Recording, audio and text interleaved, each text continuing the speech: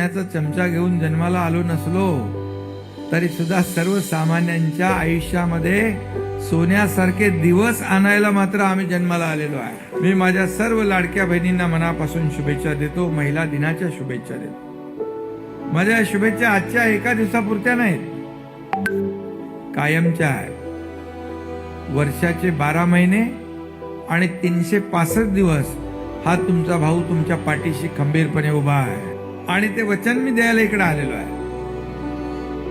खऱ्या अर्थाने नारी शक्ति है सम्मान, नारी गौरव है अभिमान, नारी ने ही रचा विधान है, नतमस्तक इसे प्रणाम है।